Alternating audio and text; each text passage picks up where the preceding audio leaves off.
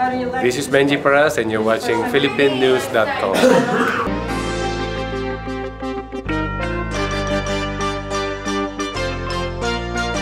Is when my beautiful staff and clients actually talk about some of the day-to-day work and some of what our clients are experiencing. So I've been a public interest attorney for a couple of decades and was a co-founder of HERA 10 years ago when we opened our doors in the city of Oakland. And we opened with a focus on abusive mortgage lending practices. And then the crash came, and then we focused on helping people stay in their homes, save their homes. A few years ago, we started shifting, still doing foreclosure work, but shifting, realizing, you know, there's a lot of other stuff going on in people's lives, much more than foreclosure, sometimes as a result of foreclosure, sometimes other things going on in people's lives push them over the edge into foreclosure. All of the other debt and credit problems that people are experiencing. And we opened our doors a couple of years ago very quietly to start taking that broader range of problems that people are experiencing, from mystery debts, court fees, the citation you don't remember ever getting, but now they're asking for $800 instead of the $100 that they wanted 10 years ago or 8 years ago, to student loan debt collection problems, towing charges, things that are stopping people from being successful, moving forward, getting to work, and things that are causing a tremendous amount of stress in people's lives, which also makes it very hard to function. We launched, I will look at my notes now so I can stay on track. We're launching a series of financial wellness workshops in Alameda County, Solano County, San Joaquin County, and Contra Costa. We've been piloting these in Alameda County, but now we are going to another level. And these are workshops that cover all of the broad range of household financial problems that people are experiencing, from auto loan problems to student loans, medical debt, identity theft. How do I establish credit in the first place, and why should I care? Why does it matter in my life? And other suggestions that we're getting from partners that we appreciate, and we hope it's suggestions that you as media and as allies make to us. And why do we need this? We're not saving money in our country. We just don't have savings. We don't have rainy day savings to fall back on. We don't have anything. I would bet money that almost nobody in this room has 3 months of personal savings to pay their expenses. If a problem happened, who would you turn to? Where would you borrow money from? How would you cut your expenses?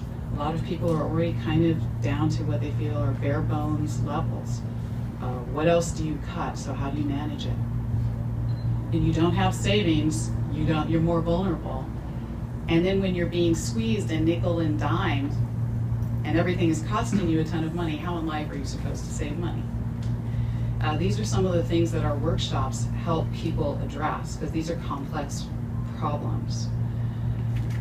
And once you get stuck in debt, the debt that you're getting stuck in sometimes is like quicksand. It's very high cost debt. Auto, title loans, payday loans, pawn store loans, other private hard money, the guy in the grocery store or the corner store who lends you money and he knows you and you know him, but it's not cheap money. And it's hard to get out of the cycle. It's my 5 minutes over. I feel my friend over here swimming. How long have we been? I was just scratching my nose. I am going to move along a little faster though, thank you. A couple more things. One is just to say our debt collection system is broken. So why lawyers? I want to say why it's important to have us as lawyers to help. The debt collection system in our country is not very functional. The same debt can get sold and resold multiple times to different entities. You don't know the name of the person who's collecting money from you. You don't recognize the dollar amount. It's all different from what you originally knew. How are you supposed to figure that out? There are some laws. federal and state laws to try to help you through that process, most people don't know what they are. And then if somebody resists following those laws, that's what part of what we're here to help people deal with and address. There are also racial disparities in the way that people are being treated by debt collectors. So several reports suggest, documented that the types of calls that people of color and immigrants are getting, the types of threats that we're receiving can frequently be more abusive and very frightening. It's very frightening for anybody to owe money, but there's another level of vulnerabilities that sometimes that the communities that we all serve are experiencing. And another reason for why these workshops now, we are carrying a ton of debt, people. So some numbers, in case you weren't frightened enough, some numbers. We're still carrying a little over $8 trillion worth in mortgage debt, leftover mortgage debt. Is that nationwide? Nationwide, $8 trillion. People are carrying over $1 trillion in student loan debt. It's an unbelievable figure. It is second to mortgages, and I know that auto loans are way up there, and my colleagues will fill in on how big auto loans are up there. And I mentioned auto loans. It may seem pedestrian. It's not. We need cars to get to work. Look at our state. People are dependent on transportation, especially when you can't afford to pay rent in the city where you have a job. You got to have a car to get to where it is that you're working.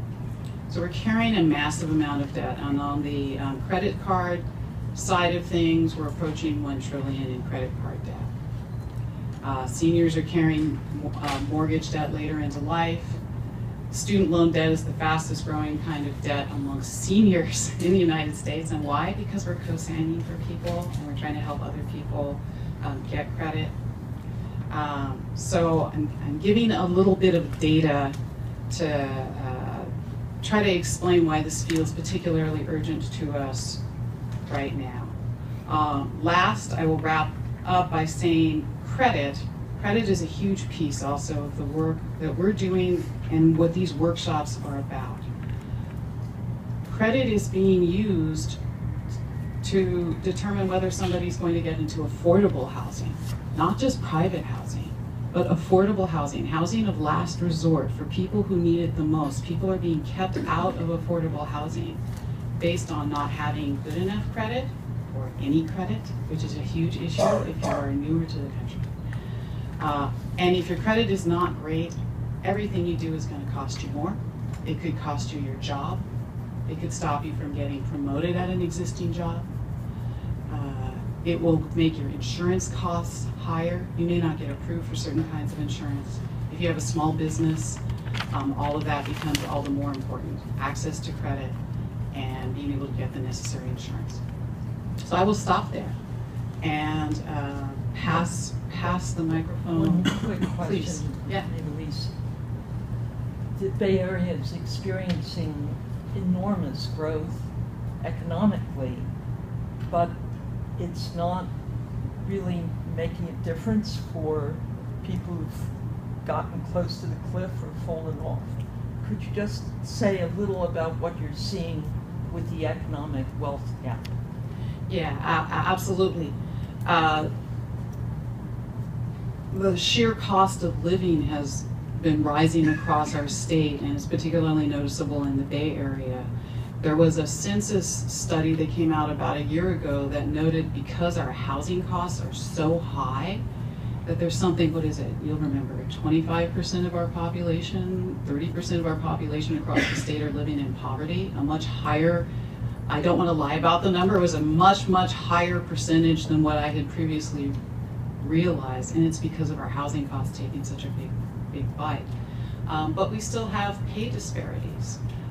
People of color are still earning less per hour than white people are. Women still have pay disparities as well, and if you're a woman of color, you get the double whammy of effect of that. So yeah, we are seeing that. We're also seeing a lot of people having to pick up lots of part-time jobs to piece it together. So 2 or 3 jobs to just try to make enough money to get by. And so that also leads to the instability. If you lose any one of those part-time jobs, you may not be able to pay your rent for the next month. Yeah, I could actually just, can people hear me? Yes. My voice tends to carry, it's kind of Why a small don't room. you use it, just, there are some broadcast media, so it helps out. Okay. So just to add to that a little bit, I think one of the big things we've seen in our practice, being focused on people who are struggling with their mortgage payments, is that the recovery, even though the economy in the Bay Area on the surface looks to be booming, has been completely uneven. And that in the wake of the mortgage crisis, we are seeing people who have money recovering fairly well, and people who don't, not only continuing to struggle, but actually in some cases doing worse. I think more and more the folks that we talk to have made clear that the idea that you can start from nothing in this country, work hard, and build a stable future where you're free of debt and can have a comfortable retirement and provide for your kids is at serious risk. And I think it's tied into a lot of the issues that we're talking about today. Problems with credit, extreme problems with debt, the things that everybody needs in order to move ahead, like housing, like education, a car if you need to get to work. These things are becoming inaccessible to people, or they're accessible at such a cost that you're basically becoming a servant to your own debt. And I think we're seeing the biggest wealth disparities now that we've seen since the Great Depression, and among people of color, among minority communities, particularly Black and Latino communities, we're seeing the biggest differences in wealth that we've seen since these have been recorded for the last, 25 years since there's been reliable data on it. So, although that there's, seems to be wealth growing in the Bay Area, it's very much a superficial wealth, or a wealth that's accessible only to a very few. So, Mr. Zinner, will you continue and talk about student loans, since you have the microphone? Okay. I guess McGivney was going to go first, but I'm happy to. So, I know we had, Sandy had said, that a lot of what we were talking about is not sexy. I think student loans are pretty sexy. And I guess I'm joking, but they have been in the news quite a bit recently. And as Maybelline mentions, part of that is because of just the incredible amount of student debt that this country is carrying. $1.2 trillion of student debt. The average student graduating from college is carrying about $27,000 of debt. And student debt, unlike other forms of debt, like credit card debt, is very pernicious. It's very difficult to get rid of. You fall behind on a credit card, you have some options. There are limits to what they can do to come after you. If you're very low income, they can't come after your public benefits. They can't come after the money you need to take care of your family. Student loan debt is different. They can come directly out of, for federal student loan debt, they can come directly after your tax returns, your public benefits even, which are totally inaccessible to other debt collectors. And this would be the federal government coming after them without going to court first to actually prove your liability on it or anything like that. This is federal taxpayer dollars that's being given in student loans, but when they fall behind, there are private collectors entrusted with collecting under federal rules and given, basically deputized with the powers of the federal government in order to collect against people. We've seen abuses in that area. There are, for federal loans at least, some programs. There are a number of programs that provide some relief to borrowers, that some of which can reduce payments to affordable levels, others which can discharge your debt entirely, but borrowers' knowledge of these programs and their access to them is very limited. And in most cases, what you're looking at is a best case scenario of being able to pay your loan debt at a somewhat affordable level, equal to, 15% of your disposable discretionary income. over 25 years, which from talking to a number of student loan borrowers is just incredibly depressing. One of the reasons we have so many seniors who are now student loan borrowers is because people are carrying their student loan debt for a very long time.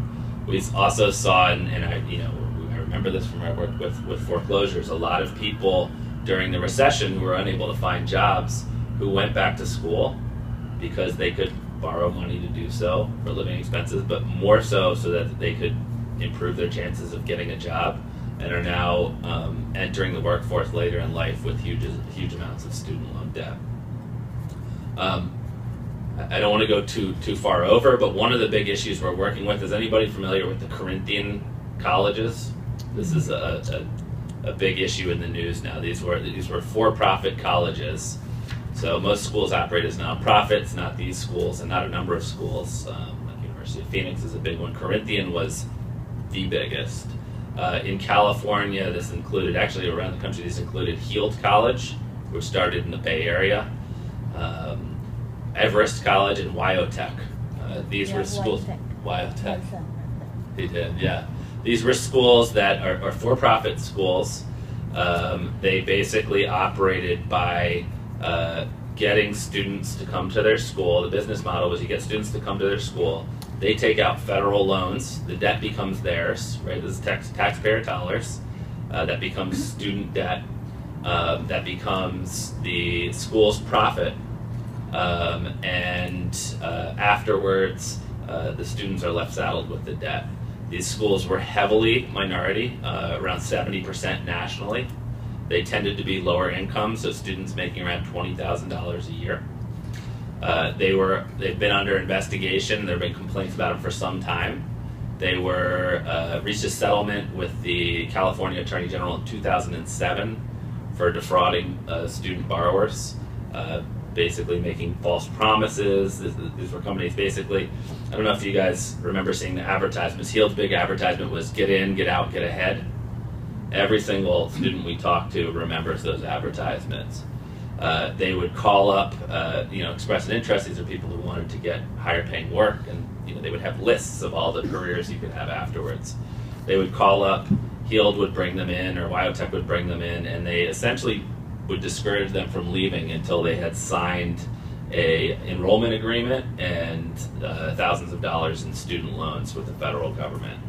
A lot of people we talked to said, I went in there to just find out about it, and I honestly can't remember how it happened, but when I left, I was about to start school. It seemed like basically the only thing these schools did well is a sales job. The education was heavily insufficient. Often it was taught by people with no qualifications to do so. People watched movies in classes. There were often not enough materials to teach the students. The degrees were not respected by employers. They would tell students, when you graduate, there will be a number of employers here this time. Okay. Well, so I'll try and wrap up in a minute. But basically, there were a number of abuses around this. This was known for a long time. In 2013, some of the AGs and the federal government went after them again, and it resulted in these schools closing down. And there was a lot of attention paid to it, and all of a sudden, all these students who had gone to these schools for years and years realized that they might have been victims of this scam as well, but they were carrying tens of thousands of student debt. So we started getting hundreds of calls from people who were trying to figure out what to do with it. Now, if you were in school at the time that it closed, there are some options for you. If you were unlucky enough to have graduated some time ago and still be unemployed or have not realized the promise of that education, the programs available to you are much more limited. And there's a lot of activity now. There's been pressure from U.S. senators for the Department of Education to create a process to get rid of some of the student debt accumulated by students who went to schools committing fraud. There are hearings beginning tomorrow in San Francisco, but this is hearings for the Department of Education to try and figure out what the issues are. They're public hearings, and to develop a policy for how to handle it going forward, how to handle these requests going forward. But this is something we're very active in. We have a couple of workshops coming up in October and early November for students who are affected, who for right now there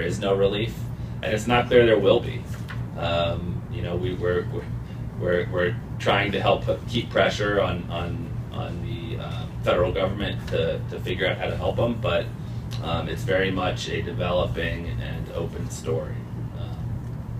So I'll cut off there. We'll be around for questions afterwards. And I had actually prepared some stories of some of the students we've talked to, but we can also go over that later as well. We'll come right back to it.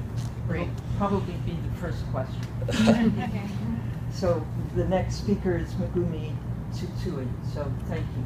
Yes. So I'm particularly focused on addressing issues of access to affordable credit, and in particular with the immigrant community. So this is, I find that this is an issue particularly for the immigrant community because, you know, what a lot of people don't realize when they're coming to this country is that this economy is, like a large part of it is built on credit scores and people's credit history. So as Maeve-Elise had mentioned earlier, your credit score, having a credit history, can really impact a lot of your financial decisions and a lot of what goes into your finances. So if you don't have a credit history, or if you have a bad credit score, it could impact you know, what the cost of credit is to you, what interest rate people charge you. It can increasingly, we're seeing in the Bay Area that it's impacting whether or not you can access affordable housing. So I wanted to highlight just a few cases about how it's impacting some of the clients that I've seen.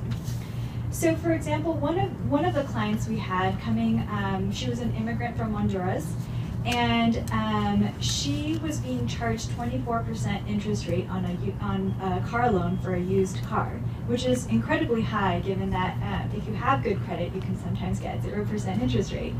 And the reason why is because she had a mixed credit file. So when we helped her pull her credit report, and we went through it with her, she realized that there were a ton of negative items that were related to a person with a very similar name to hers, but that didn't belong to her. And so this was, she didn't realize it at the time, but when she had gone to apply for a loan for the car, they had pulled this credit report with someone else's negative items on it. And as a result, she was paying a lot more for her car loan. Other examples of what happens to people. Clients taking out personal loans from check cashing stores.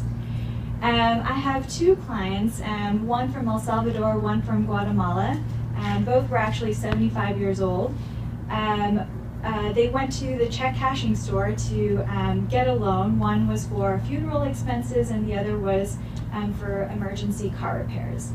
And they didn't speak any English. They were monolingual Spanish speakers, but they were given a contract in English telling them how much it would cost them to take out this loan. But they were never told or explained to in their language how much it was going to cost them. So for one of them, they were charged 80% interest rate, which was $1,750. That's how much it cost him to take out a $2,500 loan. The other person was charged 180% interest rate. So it cost him $6,800 to take out a $2,500 loan. What they didn't realize was this actually was a violation of California law. So if you negotiate this type of contract in Spanish or a number of other languages, you have to get a copy of those terms in that language. You can't just give someone the terms in English in a language that they don't understand. So that's something to be aware of. And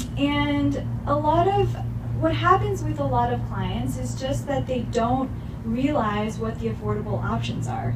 A lot of them apply for credit cards or apply for a loan at their bank where they have a checking or savings account. They get denied. They don't know of any other options. And because